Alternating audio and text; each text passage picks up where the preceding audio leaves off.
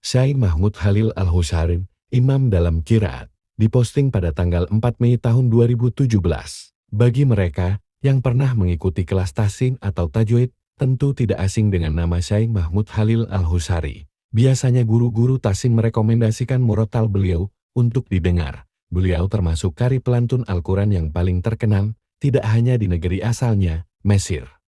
Di Indonesia, suara beliau cukup familiar di telinga masyarakat Nusantara. Saat sore tiba, biasanya masjid-masjid memperdengarkan suara beliau sambil menunggu azan maghrib, meskipun orang tidak tahu siapa pemilik suara fasih dan indah itu. Beliau disebut-sebut sebagai orang yang paling utama dan paling baik tajwidnya dalam mentartil kitabullah. Mengenal sang alim, Syekh Mahmud Khalil Al-Husari dilahirkan di Gaza, tepatnya di desa Sibran Namlar, pada bulan Zulhijjah 1335 jam. Bertepatan dengan 17 September tahun 1917, beliau berhasil menghafalkan 30 juz Al-Quran saat berusia 8 tahun. Kemudian Syekh menempuh pendidikan di Universitas Al-Azhar, Kairo. Di universitas tertua itu, beliau mengambil jurusan Al-Quran, hingga berhasil memperoleh ijazah Al-Qiraat Al-Asy Qiraat yang 10, pada tahun 1364 jam 1944 meter.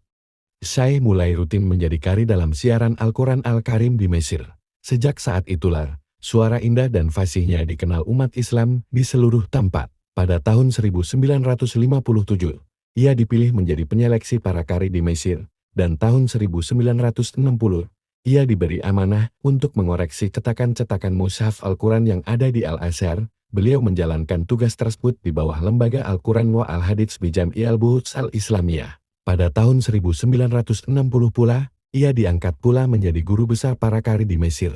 Pada tahun yang sama, Menteri Wakaf Mesir membuat kebijakan dan usaha luar biasa dalam menyebarkan ilmu-ilmu Al-Quran. Setahun berikutnya, Syekh Mahmud Khalil Al-Husari menjadi orang pertama yang membaca Al-Qurannya 30 juz direkam. Selama kurang lebih 10 tahun berikutnya, beliau menjadi satu-satunya orang yang memiliki rekaman bacaan Al-Quran. Tidak heran, masjid-masjid di dunia, termasuk Indonesia, sangat familiar dengan murotalnya.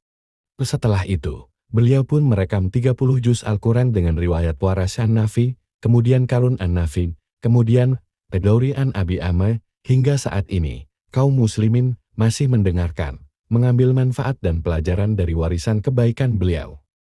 Perjalanan bersama Al-Quran. Syekh Mahmud Khalil Al-Husari mendermakan sebagian usianya untuk berkunjung ke negeri-negeri Islam. Di sana, beliau memperdengarkan umat kalam Allah Ta'ala, menyejukkan telinga-telinga kaum muslimin dengan mendengar ayat dan zikir. Bisa saja kita katakan, tidak ada satupun negeri Islam kecuali telah beliau kunjungi. Beliau berhasil memberikan kesan yang istimewa dan kenangan baik yang diingat. Selain itu, beliau juga mengunjungi beberapa negeri non-Islam, berdakwah dengan lantunan Al-Quran di sana. Tahukah Anda Muslim pertama yang melantunkan Al-Quran satu Kongres Amerika? Syekh Mahmudlah orangnya. Beliau diizinkan menunaikan salat di markas besar PBB. Beliau pula yang membacakan Al-Quran di hadapan para raja dan pemimpin dunia ketika beliau berkunjung ke Inggris. Beliau juga pernah berkunjung ke India, Filipina, Cina, India, Singapura, dan lain. Puluhan orang di belahan dunia memeluk Islam melalui perantara beliau. Karena apa? Karena terpengaruh dengan bacaan Al-Quran yang beliau lantunkan. Saat saya berkunjung ke Perancis tahun 1965, 10 orang Perancis menyatakan keislaman mereka di hadapan beliau. Dalam kunjungannya ke Amerika ada 18 orang yang bersyahadat dari kalangan pria dan wanita. Hal ini mengingatkan kita akan sabda Rasulullah Shallallahu Alaihi Wasallam bersabda, sejujurnya di antara orang yang paling bagus suaranya dalam membaca Al-Quran adalah orang yang apabila kamu mendengar sedang membaca, maka kamu pasti mengiranya seorang yang takut kepada Allah. Hadits sahih riwayat Ibnul Mubarak, dimuat oleh saya, Al-Albani dalam sifat salat Nabi. Syekh Mahmud sering mengikuti pertemuan dalam bidang qiraat Al-Quran di Mesir, dunia Arab, dan dunia Islam secara umum. Sedangkan di bulan Ramadan, perjalanan beliau bertambah sibuk dari bulan-bulan lainnya. Beliau safar ke negeri-negeri Afrika, Arab, dan Asia untuk membaca Al-Quran di sana. Di tengah-tengah kesibukan dan hafalannya yang kokoh, Syekh Mahmud masih sering mengulang-ulangi hafalan Al-Qurannya, baik dengan media mendengar murotal atau langsung membaca mushaf Al-Quran. Karya tulis. Keahlian Syekh Mahmud dalam bidang qiraat terbukti dengan Karya-karyanya yang luar biasa, di antara karya tulis yang beliau wariskan kepada umat ini adalah sebagai berikut. 1. Ahkamu Qiraatil Quranil Karim. 2. Al-Qiraat al-Asr min Syatibiyah wa Adbira. 3. Ma'alim al-Itida ila Marifati al-Waqf wa al-Itrida. 4. Al-Fatu al-Kabir fi al-Isti'adzah wa at-Takbir. 5. Asanu al-Atsar fi Tarya al-Qiraat al-Arba'ah Asyar. 6. Al-Quran al-Karim. 7. Qiraat Warasyana fi al-Madani. 8. Qiraat ad-Dauri an Abi Amr al-Basari. 9. Nur al-Kalbi fi Qiradi al-Imam Yaqub. 10.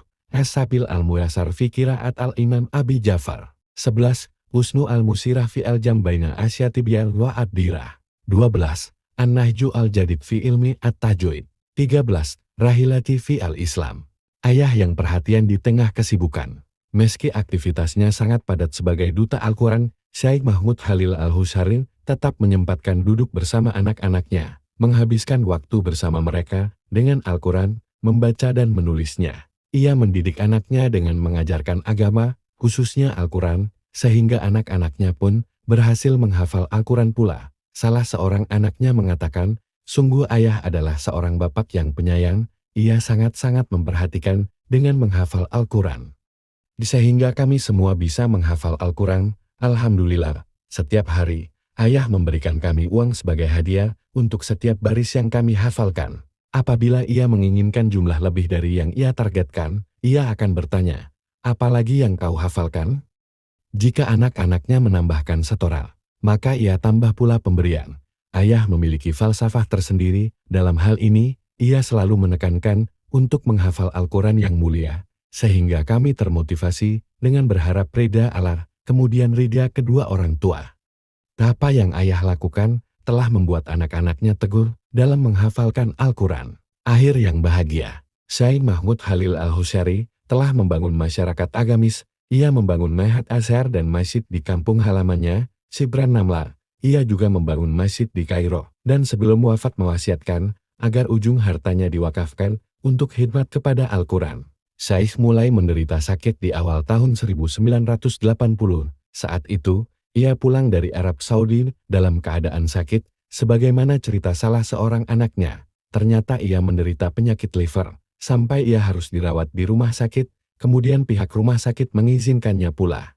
Sampai kami anak-anaknya mengira bahwa beliau telah sembuh total. Ternyata, pada hari Senin tanggal 24 November tahun 1980, setelah salat Isya, beliau wafat. Rahimahullah rahmatan wasiat, semoga beliau termasuk orang yang disabdakan oleh Nabi Shallallahu Alaihi Wasallam. Dikatakan kepada orang yang membaca menghafalkan Al-Quran nanti, bacalah dan naiklah, serta tartilah sebagaimana Anda di dunia mentartilnya, karena kedudukanmu adalah pada akhir ayat yang kamu baca hafal. Abu Daud 1464 dan Tirmizi 2914, kata Syekh Al-Albani. Yang dimaksud dengan membaca dalam hadits ini adalah menghafalkan Al-Quran. Semoga Allah menempatkannya di tempat terbaik di surganya.